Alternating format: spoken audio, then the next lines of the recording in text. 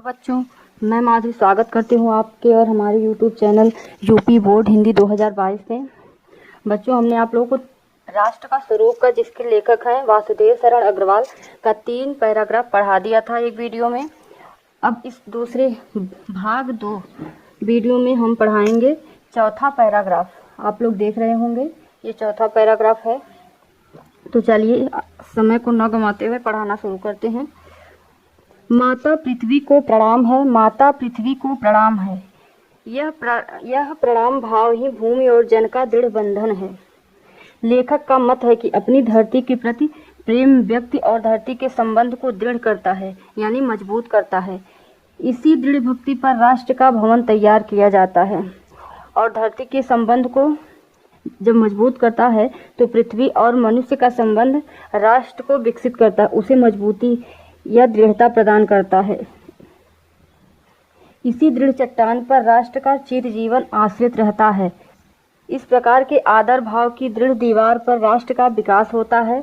राष्ट्र के प्रति आदर की भावना एक दृढ़ चट्टान के समान है, जिस पर राष्ट्र का जीवन आश्रित रहता है। इसी मर्यादा को मानकर राष्ट्र के प्रति मनुष्यों के कर्तव्यों और अधिकारों का उदय होता है। जो जन पृथ्वी के साथ माता और पुत्र के संबंध को स्वीकार करता है, उसे ही पृथ्वी के वरदानों में भाग पाने का अधिकार है। माता के प्रति अनुराग और सेवा भाव पुत्र का स्वाभाविक कर्तव्य है। वह अपने एक निष्कारण धर्म है। स्वार्थ के लिए पुत्र का माता के प्रति प्रेम पुत्र के अधःपतन को सूचित करता है। कहने का अर्थ यह है कि इसी मर्यादा को मानकर प्रत्येक देशवासी अपने राष्ट्र और कर्तव्यों के प्रति, देश के लिए अपने अधिकारों और कर्तव्यों के प्रति सजग हो सकता है। जो जन पृथ्वी के साथ माता और पुत्र के संबंध को स्वीकार करता है, जो व्यक्ति पृथ्वी के साथ अपने संबंध को, माता और पुत्र के संबंध को स्वीकार करता है, पृथ्वी यह मानता है कि पृथ्वी मेरी माता है और मैं उसका आज्ञाकारी पुत्र हूँ, तो वह स्वाभाविक रूप से अपने कर्तव्यों का पालन करता है। वही पृथ्वी के रत्नों को प्राप्त कर सकता है। प्रत्येक पुत्र का यह कर्तव्य है कि वह अपनी माता से प्रेम करे, निस्वार्थ प्रेम करे, निस्वार्थ भाव से उसकी सेवा करे। यही उसका धर्म भी है। जो जन मातृभूमि के साथ अपना संबंध जोड़ना चाहता है, जो पुत्र स्वार्थ बस अपनी माता से प्रेम करता है, जैसे कोई पुत्र होता है तो सोचता है कि अपनी माता से प्रेम करना उसके लिए ज़रूरी होता है, क्योंकि जितना जायदाद होता है, ज़मीन होता है, सब माता के ही नाम होता है, तो इसलिए वह प्रेम करता है। वह अपने अधःपतन को सूचित करता है, उसका विनाश हो जाता है। वह अपने अधोपतन को सूचित करता है। जो जन मातृभूमि के साथ अपना संबंध जोड़ना चाहता है, उसे अपने कर्तव्यों के प्रति पहले ध्यान देना चाहिए। वह राष्ट्र का उत्थान नहीं कर सकता है।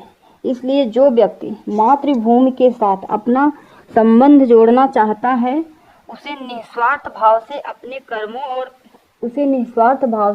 अपने कर्मों पर ध्यान देना चाहिए, अपने कर्तव्यों पर ध्यान देना चाहिए।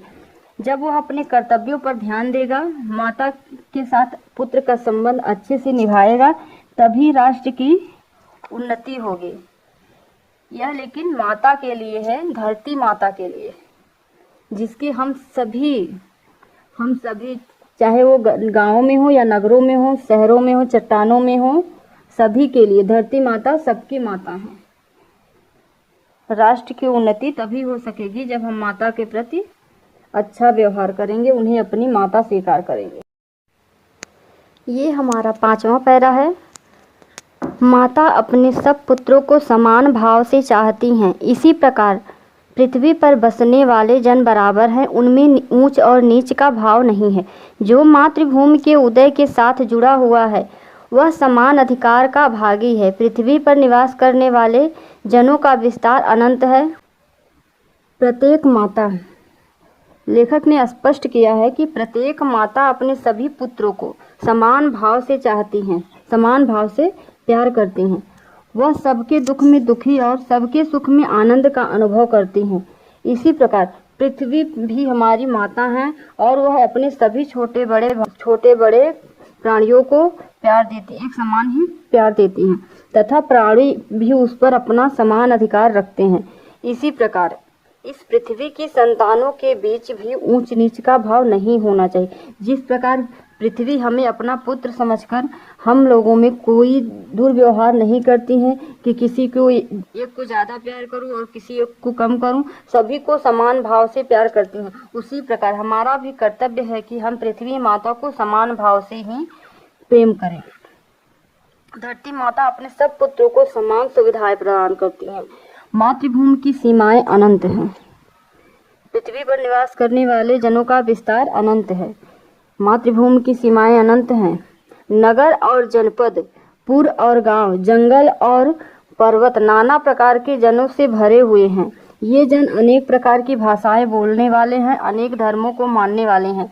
फिर भी ये मातृभूमि के पुत्र हैं और इस कारण उनका सौहार्द भाव अखंड है। कहने का तात्पर्य है कि नगर हो या जनपद, शहर हो या गांव हो, जंगल हो या पर्वत हो, सभी जगहों पर लोगों से भरे हुए हैं। ये जन अनेक प्रकार की भाषाएं बोलते हैं। अब दूसरे गांव के हैं तो भाषाएं सबकी अलग अलग है। अनेक प्रकार की भाषाएं बोलने वाले हैं, अनेक धर्मों को मानने वाले हैं। फिर भी ये मातृभूमि के ही पुत्र हैं। चाहे जिस देश में रहते हैं, जिस शहर में रहते हैं, लेकिन है तो ये सिर्फ धरती माँ के ही पुत्र। हम सब एक हैं, फिर भी ये मातृभूमि के ही पुत्र हैं और इस कारण उनका सौहार्द भाव अखंड है। लेकिन वे सभी एक ही धरती माता के पुत्र हैं, इसलिए ये सब पारस्परिक प्रेम, सहयोग एवं बंधुता के साथ रहते हैं। धर्म, सभ्यता और रहन सहन की दृष्टि से जन एक दूसरे से आगे पीछे हो सकते हैं, किंतु इस कारण से मातृभूमि के साथ उनका जो संबंध है उसमें वो कोई भेदभाव उत्पन्न नहीं कर सकते हैं। पृथ्वी के विशाल प्रांगण में सब जातियों के लिए समान क्षेत्र है। समन्वय के मार्ग से भरपूर प्रगति और उन्नति का सबको एक जैसा अधिकार है। भाषा, धर्म एवं रीति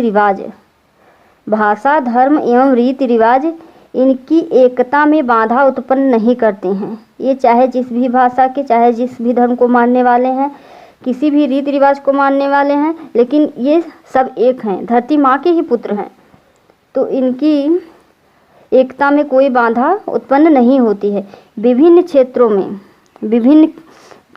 में रहने वाले भारतीय सभ्यता एवं जीवन शैली की दृष्टि से भले ही समान नहीं है, लेकिन इससे अपनी मातृभूमि के प्रति उनके प्रेम एवं समर्पण की भावना में कोई भेदभाव नहीं आता है।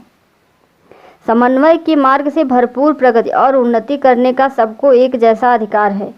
कहने का अर्थ यह है, व्यक्ति अमीर हो या गरीब हो, प्रगतिशील हो या पिछड़ा हो, सभी में मातृभूमि के लिए समान प्रेम होता है। संसार के समस्त प्राणियों को प्रगति व समन्वय में बराबर होता है। संसार के समस्त प्राणियों को प्रगति व उन्नति करने के लिए मातृभूमि सबको समान अवसर प्रदान करती हैं तथा इनकी समन्वय भावना भी राष्ट्र की उन्नति करा सकता है। इनकी समन्वय भावना ही राष्ट्र की उन्नति का आधार माना जाता है, आधार होता है।